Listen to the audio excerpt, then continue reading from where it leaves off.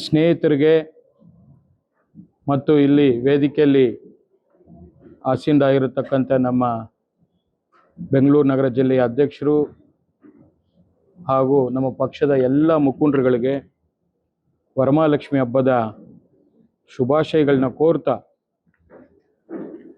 ಇವತ್ತಿನ ದಿನ ಸರ್ಕಾರ ವಿಧಾನಮಂಡಲದ ಅಧಿವೇಶನವನ್ನು ಕರೆದಿರತಕ್ಕಂಥದ್ದು. ನಾವುಗಳು ಕೂಡ 10-15 ದಿವಸ ಹಿಂದೆನೇ ಅಧಿವೇಶನ ಕರೀತಾ ಇದ್ದಾರೆ. ಇಂಥ ಸಂದರ್ಭದಲ್ಲಿ ಒಂದಷ್ಟು ಚರ್ಚೆಗಳನ್ನು ಮಾಡಬೇಕು, ಸರ್ಕಾರದ ಕಿವಿ ಹಿಂಡಬೇಕು, ಒಂದಷ್ಟು ಪ್ರಶ್ನೆಗಳನ್ನು ಕಳಿಸಿ ಸ್ಟಾರ್ಟ್ ಆಗಬೇಕು, ಅಂಥ ಸ್ಟಾರು ಕೂಡ ನಮಗೂ ಸಿಗಬೇಕು ಅಂತ ಹೇಳಿ ಒಂದು ಆಸಕ್ತಿ ವಹಿಸಿ ನಾವು ಸದನಕ್ಕೆ ಹೋಗ್ತೀವಿ. ಆ ಸದನದಲ್ಲಿ ಏನು ನಮ್ಮ ಒಂದು ಡಿಮ್ಯಾಂಡ್ ಏನಿತ್ತು, ಮಾನ್ಯ ಸಚಿವರಾದಂಥ ನಾಗೇಂದ್ರರವರು ಬಹುಶಃ ಕಳೆದ 2 ವರ್ಷಗಳ ಹಿಂದೆ ವಾಲ್ಮೀಕಿ ನಿಗಮದ 187 ಕೋಟಿಯನ್ನು ಲೂಟಿ ಮಾಡಿ ಬೇರೆ ಬೇರೆ ಚುನಾವಣೆಗೆ, ಬೇರೆ ರಾಜ್ಯಗಳ ಚುನಾವಣೆಗೆ ಏನು ಅಕೌಂಟಲ್ಲಿ ವರ್ಗಾವಣೆ ಮಾಡಿ ಅದೇನು ದೊಡ್ಡ ಮಟ್ಟದ ದಲಿತರ ವಿರೋಧಿ ಸರ್ಕಾರ ಅಂತ ಹೇಳಿ ಏನು ಬಿಂಬಿಸಿ ಮಾನ್ಯ ಹಿಂದಿನ ಮುಖ್ಯಮಂತ್ರಿಗಳಾದಂಥ ಸನ್ಮಾನ್ಯ ಸಿದ್ದರಾಮಯ್ಯನವರು ಹೌದು 187 ಕೋಟಿ ಅಲ್ಲ, ಬರೀ 87 ಕೋಟಿನೇ ಬಂದಿರೋದು, ತಗೊಂಡಿದ್ದಾರೆ, ಅದು ಆಗಿದೆ, ದುರ್ಬಳಕೆ ಆಗಿದೆ ಅಂತೇಳಿ ಅವರೇ ಸದನದಲ್ಲಿ ಒಪ್ಕೊಂಡಿರತಕ್ಕಂಥದ್ದು. ಆ ವಿಚಾರದಲ್ಲಿ ಅವರು ಜೈಲಿಗೂ ಹೋಗಿ ಈಗ ಬೇಲಲ್ಲಿ ಇರತಕ್ಕಂಥದ್ದು. ಈ ಸಂದರ್ಭದಲ್ಲಿ ಅವರಿಗೆ ಮಂತ್ರಿ ಮಾಡಿದಾರಂತ ಹೇಳಿ ನಾವು ಅವ್ರನ್ನ ವಜಾ ಮಾಡಬೇಕು ಅಂತೇಳಿ ನಾವು ಮತ್ತೆ ನಮ್ಮ ಮಿತ್ರ ಪಕ್ಷವಾದಂಥ BJP ಅವರು ಇಬ್ಬರೂ ಸೇರಿ, ಅದು ಕೆಳಮನೆ ಇರ್ಬೋದು ಮೇಲ್ಮನೆ ಇರ್ಬೋದು, 2 ಮನೆಗಳಲ್ಲಿ ಹೋರಾಟ ಮಾಡ್ಕೊಂಡು ಬರ್ತಾ ಇದ್ದೀವಿ. ಆದರೂ ಈ ಸರ್ಕಾರ ಹಠಮಾರಿ ಸರ್ಕಾರ, ಭ್ರಷ್ಟರ ಸರ್ಕಾರ ಇವತ್ತು ST ಹಣವನ್ನು ನುಂಗಿ ಇವತ್ತು ಆ ಒಂದು ಸಮಾಜಕ್ಕೆ ಏನು ಹೆಣ್ಣು ಮಕ್ಕಳ ಕಣ್ಣೀರನ್ನ ಇವತ್ತು ಬರ್ಸುವಂತ ಒಂದು ಕೆಟ್ಟ ಒಂದು ಪದ್ಧತಿಗೆ ಇವತ್ತು ನಾಂದಿ ಮಾಡಿ ಕೊಟ್ಟಿದೆ. ಅದರ ವಿರುದ್ಧವಾಗಿ ನಾವು ಏನು ಸೋಮವಾರದಿಂದ ನಿನ್ನೆ ಶುಕ್ರವಾರದವರೆಗೂ ಪ್ರತಿಭಟನೆಯನ್ನು ನಿರಂತರವಾಗಿ ಮಾಡಿದ್ವಿ. ಆದರೆ ಒಬ್ಬ ಮಂತ್ರಿ ಕೂಡ ಸರ್ಕಾರದ ಪರವಾಗಿ ಏನು ನಡೆಯಿತು, ಏನು ಆಗಬೇಕು ಅನ್ನೋದ್ರ ಬಗ್ಗೆ ಚರ್ಚೆ ಮಾಡೋಕ್ಕೆ ಆಗಲಿಲ್ಲ. ಇನ್ನೇನು ನಿನ್ನೆ ಸದನ ಮುಗಿಯೋ ಟೈಮಲ್ಲಿ ಮಾನ್ಯ ಮುಖ್ಯಮಂತ್ರಿಗಳು ಸದನಕ್ಕೆ ಬಂದು ನೀವು ನೋಟಿಸ್ ಕೊಡಿ, ಈ ಹಗರಣದ ಬಗ್ಗೆ ಚರ್ಚೆ ಮಾಡೋಣ, ಮತ್ತೊಂದು ಹೇಳ್ತೀವಿ, ಇದರಲ್ಲಿ ಯಾರು ಭಾಗಿಯಾಗಿದ್ದಾರೆ, ಏನೇನು ಆಗಿತ್ತು ಹೇಳ್ತೀವಿ ಅಂತೇಳಿ ಮತ್ತೆ ಕಾಲ ಹಗರಣ ಮಾಡಿದ್ರೆ ಹೊತ್ತು ಪ್ರತಿಕ್ರಿಯೆವಂತೂ ಯಾವುದು ಸರಿಯಾದ ರೀತಿಯಲ್ಲಿ ಸಿಕ್ಕಿಲ್ಲ. ಇದು ಒಂದು ಕಡೆ. ಇನ್ನೊಂದು ಕಡೆ ಆಗ್ಲೇ ನಮ್ಮ ರಮೇಶ್ ಗೌಡ್ರು ಹೇಳ್ದಂಗೆ ಬೆಂಗಳೂರು ನಗರದಲ್ಲಿ ಇವತ್ತೇನು ನಮ್ಮನ್ನ ನಾವು ಈ ಒಂದು ಜೀವಿಯ ವಿಚಾರದಲ್ಲಿ ಇವತ್ತು ಚುನಾವಣೆ ಮಾಡ್ತಾರೆ, ನಾಳೆ ಚುನಾವಣೆ ಮಾಡ್ತಾರೆ, ಇನ್ನೇನು 5 ಪಾಲಿಕೆ ಆಯ್ತಲ್ಲ ಅಂತ ಹೇಳಿ ನಾವೆಲ್ಲ ಕೂಡ ಇವತ್ತು ಚುನಾವಣೆಗೆ ತಯಾರಾಗಿರತಕ್ಕಂಥ ಸಂದರ್ಭದಲ್ಲಿ ಒಂದಲ್ಲ ಒಂದು ನೆಪವನ್ನ ಹೂಡಿ ಇವತ್ತು ಈ ರಾಜ್ಯ ಸರ್ಕಾರ ಡ್ರ್ಯಾಗ್ ಮಾಡ್ತಾ ಇರತಕ್ಕಂಥದನ್ನ ನಾವು ನೋಡ್ತಾ ಇದೀವಿ. ಯಾಕೆಂದ್ರೆ ಇವತ್ತು ಯಾವುದೇ ಅಧಿಕಾರಿಗಳು ಕೆಲಸ ಮಾಡಕ್ಕೆ ರೆಡಿ ಇಲ್ಲ. ಬೆಂಗಳೂರು ನಗರದಲ್ಲಿ 5 ಪಾಲಿಕೆ ಆಗಿದೆ, ಬರೀ ನಾಮಕರಣ ಆಗಿದೆ, ಬರೀ ನೇಮಿಂಗ್ ಚೇಂಜ್ ಆಗಿದೆ ಬಿಟ್ರೆ ಬೇರೆ ಯಾವುದು ಕೆಲಸ ಆಗ್ತಾ ಇಲ್ಲ.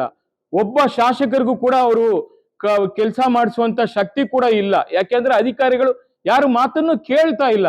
ಕಾಂಗ್ರೆಸ್ ಶಾಸಕರೇ ನೋವನ್ನ ತೊಡಗಿಸ್ಕೊಂತಾ ಇರತಕ್ಕಂತ ಒಂದು ಘಟನೆಗಳನ್ನ ನಾವು ಗಮನಿಸ್ತಾ ಇದೀವಿ.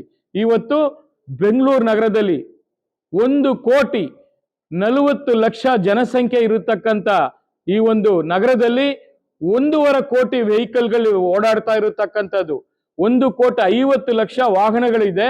ಆಗ್ಲೇ ಸರ್ಕಾರ ಇವತ್ತು ಫುಟ್ಪಾತ್ ವಿಚಾರದಲ್ಲಿ ಆಗ್ಲೇ ಎಲ್ಲರನ್ನ ಕೂಡ ತೆರವುಗೊಳಿಸ್ತೀವಿ ಅಂತ ಹೇಳಿ ಏನೋ ಒಂದು ನೆಪ ಹೂಡಿ ಅದನ್ನ ಮಾಡೋದಕ್ಕಂತ ಹೊರಟಿದ್ದಾರೆ, ಒಪ್ಕೋತೀನಿ.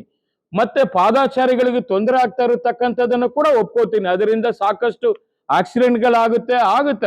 ಅದಕ್ಕೆ ವಿಶೇಷವಾಗಿ ಅವ್ರಿಗೂ ಪರ್ಯಾಯವಾಗಿ ಬೇರೆ ವ್ಯವಸ್ಥೆಯನ್ನು ಕೂಡ ಸರಿಯಾದ ರೀತಿಯಲ್ಲಿ ಮಾಡಿ ಕೆಲವರಿಗೆ ID ಕಾರ್ಡ್ಗಳು ಕೊಟ್ಟಿದ್ದಾರೆ, ಕೆಲವರಿಗೂ ಕೊಟ್ಟಿಲ್ಲ. ಅದನ್ನು ಕೂಡ ಸರಿಯಾದ ರೀತಿಯಲ್ಲಿ ಅವರು ನಿಭಾಯಿಸ್ತಾ ಇಲ್ಲ. ಇವತ್ತು 30ನೇ ತಾರೀಕು ಗಡುವನ್ನ ಕೂಡ ಕೊಟ್ಟಿದ್ದಾರೆ. ಬಹುಶಃ KBJ ಅಂತ ಅವ್ರನ್ನ ಕರಿತೀವಿ, ಕೃಷ್ಣ ಬೈರೇಗೌಡ್ರನ್ನ.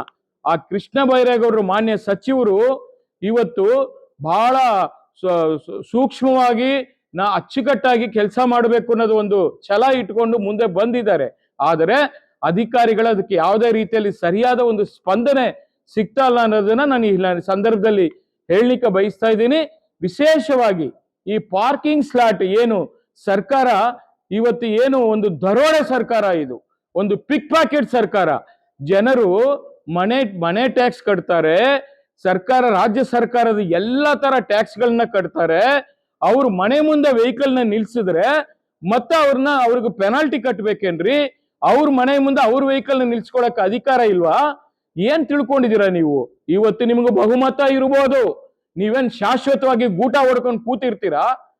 ಯಾವತ್ತು ಜನರ ಸಹಮತನೂ ತಗೋಬೇಕು. ಅದನ್ನ ಬಿಟ್ಟು ಇವತ್ತು ಜನರನ್ನ ಸುಳಿಗೆ ಮಾಡುವಂತ ಕೆಲಸ ಆಗ್ಬಾರ್ದು. ಇದನ್ನ ನಾನು ಈ ಸರ್ಕಾರಕ್ಕೆ ಎಚ್ಚರಿಕೆಯನ್ನ ಕೊಡ್ಲಿಕ್ಕೆ ಬಯಸ್ತಾ ಇದ್ದೀನಿ. ಸಾರ್ವಜನಿಕವಾಗಿ ಇದು ಚರ್ಚೆ ಆಗ್ಬೇಕು. ಅದನ್ನು ಬಿಟ್ಟು ಇವತ್ತು ನಾವು ಕೂತ್ರೆ ಟ್ಯಾಕ್ಸು, ನಿಂತ್ರೆ ಟ್ಯಾಕ್ಸ್ ಅಂತ ಹೇಳಿ ಜನ ರಸ್ತೆಯಲ್ಲಿ ಓಡಾಡಕ್ಕೂ ಕೂಡ ಟ್ಯಾಕ್ಸ್ ಹಾಕ್ಬಿಡಿ, ಜನ ಓಡಾಡೋದೇ ಬೇಡ. ಏನ್ ತಿಳ್ಕೊಂಡಿದ್ದೀರಾ ನೀವು? ಹೇಳ್ಬೇಕಾಗ್ತದೆ. ಅದರಿಂದ ಬಹುಶಃ ಬೆಂಗಳೂರು ನಗರದ ವಿಚಾರವಾಗಿ ನಾನು ಕೂಡ ಸರ್ಕಾರಕ್ಕೆ ಸದನದಲ್ಲಿ ಚರ್ಚೆ ಮಾಡುವರಿದ್ದೀವಿ. ಇದಕ್ಕೆ ವಿಶೇಷವಾಗಿ ಒಂದು ಅರ್ಧ ಗಂಟೆಗಳ ಚರ್ಚೆಯನ್ನು ಕೂಡ ಹಾಕೋತಾ ಇದ್ದೀನಿ. ಈ ಒಂದು ವಿಚಾರ ನನಗಂತೆ ನಮ್ಮ ರಮೇಶ್ ಗೌಡ್ರು ಹೇಳ್ದಂಗೆ ಬಹುಶಃ ಬೆಂಗಳೂರು ನಗರದಲ್ಲಿ ನಮಗೆ ಶಾಸಕರು ಇಲ್ಲ, ಒಪ್ಕೋತೀವಿ. ಆದ್ರೆ ನಾವಿಬ್ಬರು ವಿಧಾನ ಪರಿಷತ್ನ ಶಾಸಕರಿದ್ದೀವಿ. ನಾವು ಬಿಜೆಪಿಯವರು ಮತ್ತೆ ನಾವು ಇಬ್ಬರು ಸೇರಿ ಕೂಡ ಹೋರಾಟ ಮಾಡಲಿದ್ದೀವಿ, ಸದನದ ಒಳಗಡೆ ಸದನದ ಹೊರಗಡೆ. ಯಾಕೆಂದ್ರೆ ಇವತ್ತು ಸರ್ಕಾರ ಒಂದು ಸ್ಪಷ್ಟ ಹೇಳಲಿ, ಈ ತರ ನಾವು ಪಾದಾಚಾರಿಗಳಿಗೆ ಮತ್ತು ಈ ಒಂದು ಪಾರ್ಕಿಂಗ್ ಸ್ಲಾಟ್ಗಳಿಗೆ ಈ ತರ ಶುಲ್ಕ ಹಾಕ್ತೀವಿ, ಈ ತರ ನಿಯಮ ಇದೆ, ಈ ತರ ಒಂದು ಕಾನೂನನ್ನ ತರ್ತಾ ಇದೀವಿ, ಇದು ಜನರ ಜೊತೆಯಲ್ಲಿ ನಾವು ಮಾತನಾಡ್ತೀವಿ. ಮತ್ತೆ ಬೆಂಗಳೂರು ನಗರದ ಶಾಸಕರ ವಿಶೇಷ ಸಭೆಯನ್ನ ಕರೆದು ಏನೇನ್ ಮಾಡ್ಬೇಕು, ಏನ್ ಮಾಡ್ತಾ ಇದೀರಿ, ಜನರ ಅಭಿಪ್ರಾಯ ಏನು, ಎಲ್ಲವನ್ನು ಕೂಡ ಸಂಗ್ರಹ ಮಾಡ್ಲಿ. ಅದಾದ ನಂತರ ಒಂದು ಕನ್ಕ್ಲೂಡ್ ಬರೋಣ.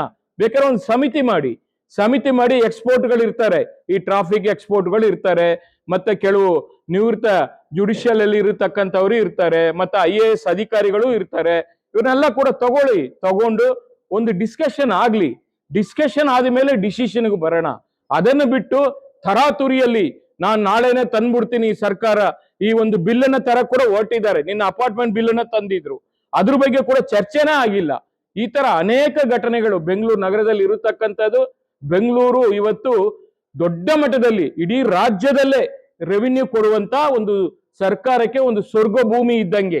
60% ರೆವಿನ್ಯೂ ಬೆಂಗಳೂರು ನಗರದಿಂದ ಬರ್ತಾ ಇರತಕ್ಕಂಥದ್ದು. ನಿಮ್ಮ ಯೋಗ್ಯತೆಗೆ ಕಸ ತೆಗಿಯಕ್ಕಾಗಿಲ್ಲ, ಒಂದು ಗುಂಡಿ ಮುಚ್ಚಕ್ಕಾಗಿಲ್ಲ, ಏನು ಯೋಗ್ಯತೆ ಇಲ್ದರೆ ಸರ್ಕಾರ ಇವತ್ತು ಈ ಪಾರ್ಕಿಂಗ್ ಸ್ಲಾಟ್ಗೆ ಒಂದು ಶುಲ್ಕ ಮಾಡ್ತಾರಂತೆ. ಅವ್ರವ್ರ ಮನೆ ಮುಂದೆ ಅವ್ರವ್ರ ವೆಹಿಕಲ್ ನಿಲ್ಸಂಗಿಲ್ಲ. ಏನ್ರಿ ಇದು? ನಿಮ್ಮ ದುರಾಡಳಿತ ಜನ ಇಡೀ ಶಾಪ್ ಆಗ್ತಾ ಇದ್ದಾರೆ. ಇದನ್ನ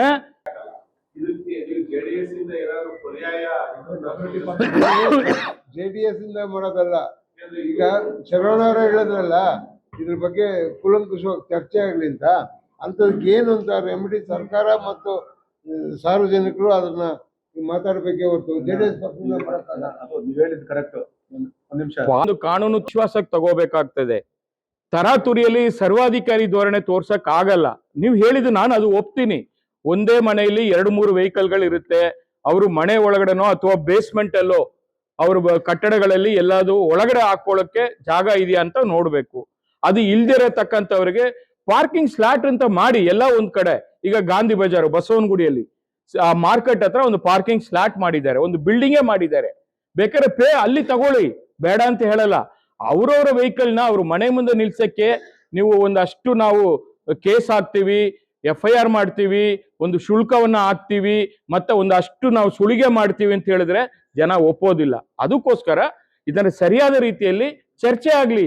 ಒಂದು ಡೆಮಾಕ್ರಸಿ ಇದು ಸಂವಿಧಾನ, ಒಂದು ಪ್ರಜಾಪ್ರಭುತ್ವ ವ್ಯವಸ್ಥೆಯಲ್ಲಿ ಏನೇ ಮಾಡಬೇಕಾದ್ರೂ ಕೂಡ ಜನರ ಒಂದು ಸಹಮತನೂ ಬೇಕಾಗುತ್ತೆ. JDS, BJP, ಕಾಂಗ್ರೆಸ್ ಪ್ರಶ್ನೆ ಬರೋದಿಲ್ಲ. ಎಲ್ಲರನ್ನೂ ವಿಶ್ವಾಸಕ್ಕೆ ತಗೊಂಡು ಕೆಲಸ ಮಾಡಕ್ಕೆ ಸರ್ಕಾರ ಅವಕಾಶ ಮಾಡಿಕೊಡ್ಬೇಕು ಅಂತೇಳಿ ಈ ಸಂದರ್ಭದಲ್ಲಿ ಹೇಳಲಿಕ್ಕೆ ಬಯಸ್ತಾ ಇದ್ದೀನಿ.